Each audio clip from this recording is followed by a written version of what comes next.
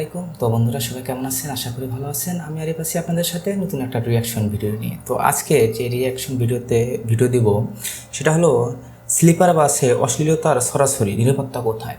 তো আজকের ভিডিও টাইটেলটা এটা হচ্ছে, কারণ অনেক ক্ষেত্রে দেখা যায় যে কিছু স্লিপার বাস আছে, সেই স্লিপার বাসের মধ্যে তরুণীরা অশ্লীলভাবে এখানে যাতায়াত করে বা অশ্লীলভাবে অনেক কিছু করে। তো বন্ধুরা কোনোভাবে আজকের এই ভিডিওটা মিস করবে না, ভিডিওটা শুরু থেকে শেষ পর্যন্ত অনুরোধ করছি। তো চলুন বন্ধুরা ভিডিওটা শুরু করা যাক।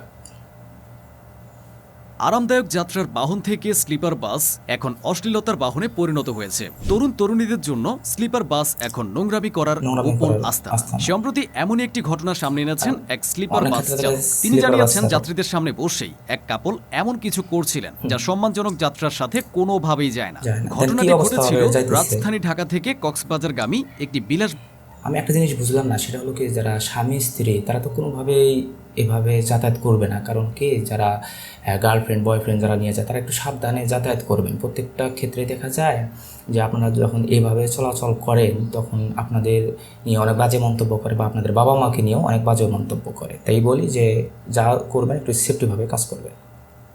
স্লিপার বাসে চালক জানান, আরামবাগ থেকে যখন যাত্রা শুরু হয় তখন বাসে ওঠা এক তরুণ ও তরুণীকে দেখে সন্দেহ জাগে তার মনে, কারণ তারা দুজনের কেউই শালীন পোশাকে ছিলেন।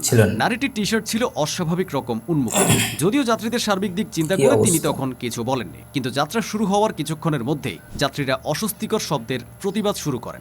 কেউ তখন জানান ওই তরুণী অতিরিক্ত ঘনিষ্ঠ হয়ে এবং অস্বস্তিকর পরিবেশ সৃষ্টি করে অন্যদের যাত্রায় নেতিবাচক প্রভাব ফেলছেন। এই খবর পেয়ে সুপারভাইজার তাদের কাছে গিয়ে শালীন আচরণ বজায় রাখার অনুরোধ জানান, কিন্তু সেই অনুরোধে ক্ষিপ্ত হয়ে ওঠেন ছেলেটি। তিনি রীতিমতো হুমকি দিয়ে বলেন তারা টাকা দিয়ে টিকিট কিনেছেন, তাই নিজেদের সিটে যা আচ্ছা, টাকা দিয়ে টিকিট কিনতে গেলে যা নিজেদের সিটের মধ্যে যা খুশি তাই করতে পারবে। এটা মানে এটা হলো বাংলাদেশ, এটা অন্য কোনো দেশ না যে এখানে অফেন্ডে সব কিছু করা যাবে। এটা হলো একটা বাংলাদেশ, এটা আমাদের সোনার বাংলাদেশ। তো অবশ্যই যে কোনো কাজ করি না কেন একটু চিন্তা ভাবনা করে কাজটা করতে হবে।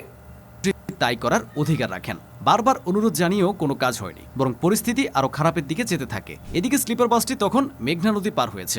চালক জানান গাড়িটি আচমকাই অস্বাভাবিক রকম ভারী হয়ে পড়েছিল, পাশাপাশি এটি তার ভারসাম্য হারানো শুরু করেছিল। তাই তিনি দ্রুত পরিস্থিতি বোঝার চেষ্টা করেন। সন্দেহ হতে থাকে ওই দম্পতি হয়তো এমন অবস্থানে রয়েছেন যা বাসের ভারসাম্য নষ্ট করছে। এই সন্দেহ থেকে চালক সিদ্ধান্ত নেন বড় স্পিড ব্রেকারের উপরে গাড়ি জোরে চালিয়ে যাবেন, এবং যখন এটি করা হয় তখনই স্লিপার বাসের উপরের বেড থেকে নিচে পড়ে যান ওই তাকে দেখা যায় সম্পূর্ণ অনুপযুক্ত অবস্থায়। এতে বাসে যখন দেখতেছে যে কোনো ওভারটেক করার কারণে বা যে রোড ডিভাইস আছে ওটার মধ্যে করার কারণে যখন পড়ে গেছে, তখন বাসে যে আশেপাশের লোকগুলো দেখছে, তো কেমন দেখা গেছে, তাদের একটা লজ্জার বিষয় থাকা দরকার। কিন্তু তাদের লজ্জা বলতে কি জিনিস নেই। তোর এত কাহিনী করার দরকার বা এত প্রেম ভালোবাসা যদি হয়েই থাকে তো বড় ধরনের কোনো একটা হোটেলে নিয়ে যা। বাকি যাত্রীরা হতবাক হয়ে যান, কারো আর বুঝতে বাকি থাকে না স্লিপার বাসে চলছিল এমন এক কাজ যা একে যাত্রী পরিবহনের মাধ্যম না করে অসামাজিক কাজের ক্ষেত্রে পরিণত করেছিল। চালক জানান এমন পরিস্থিতি কেবল বাসের অন্য যাত্রীদের অস্বস্তিতে ফেলে না, বরং বাসের নিরাপত্তার ক্ষেত্রেও হুমকি সৃষ্টি করে। স্লিপার বাসের ওজন ভারসাম্যহীন হলে, বিশেষ করে অনুমোদিত সীমার চেয়ে ওজন বেশি হলে ব্রেক সিস্টেম দ্রুত গরম হয়ে পড়ে। এতে জরুরি অবস্থায় বাসকে থামাতে অসুবিধা হয় এবং দুর্ঘটনার সম্ভাবনা বাড়ে। এছাড়াও অতিরিক্ত চাপ পড়লে বাসের টায়ার দ্রুত ক্ষয়প্রাপ্ত হয়, এতে টায়ার ফেটে যেতে পারে বা বিস্ফোরণের ঝুঁকিও তৈরি হয়। স্লিপার কাঠামো যদি অতিরিক্ত চাপে ক্ষতিগ্রস্ত হয় তাহলে যাত্রীদের জন্য সেটা ভয়ানক বিপদের কারণ হয়ে দাঁড়ায়। তবে আমি যারা এই বাস স্লিপার বাস তারা মেনটেন করে বা সুপারভাইজার আছে বা মালিক পক্ষ আছে তাদেরকে একটা রিকোয়েস্ট করবো, সেটা হলো কি, আপনারা মানে স্লিপারে বাসের উপরে একজনের বেশি ওখানে উঠতে দিবেন না। আর স্বামী স্ত্রী যদি হয় তখন তারা কখনোই এই বাসের মধ্যে নোংরামি কাজ করবে না, যারা স্বামী স্ত্রী। আর বিশেষ করে যারা হলো যে প্রেমিকা আছে তারাই হয়তো বা অশ্লীল কিছু কাজ করতে পারে, কিন্তু স্বামী স্ত্রী কখনোই এই অশ্লীল কাজ করবে না। আপনারা অবশ্যই কী করবেন, যাচাই বাছাই করার পরে তারপরে এই স্লিপার বাসের টিকিটটা বিক্রি করবে। চালকের মতে কিছু যাত্রীর অবিবেচক এবং দায়িত্বজ্ঞানহীন আচরণের কারণে পুরো স্লিপার বাস পরিবহন ব্যবস্থাটির ক্ষতিগ্রস্ত হচ্ছে। যখন একজন যাত্রী অন্যদের উপস্থিতি এড়িয়ে গিয়ে বাসের ভেতরে অসৌজন্যমূলক বা অনৈতিক কর্মকাণ্ডে লিপ্ত হয়, তখন পুরো যাত্রীটি শুধু অস্বস্তিকর নয় বরং নিরাপত্তার জন্য বড়সড় হুমকি স্বরূপ হয়ে ওঠে। অথচ এসব দায় গিয়ে পড়ে বাস চালক বা বাস কর্তৃপক্ষের ঘাড়ে।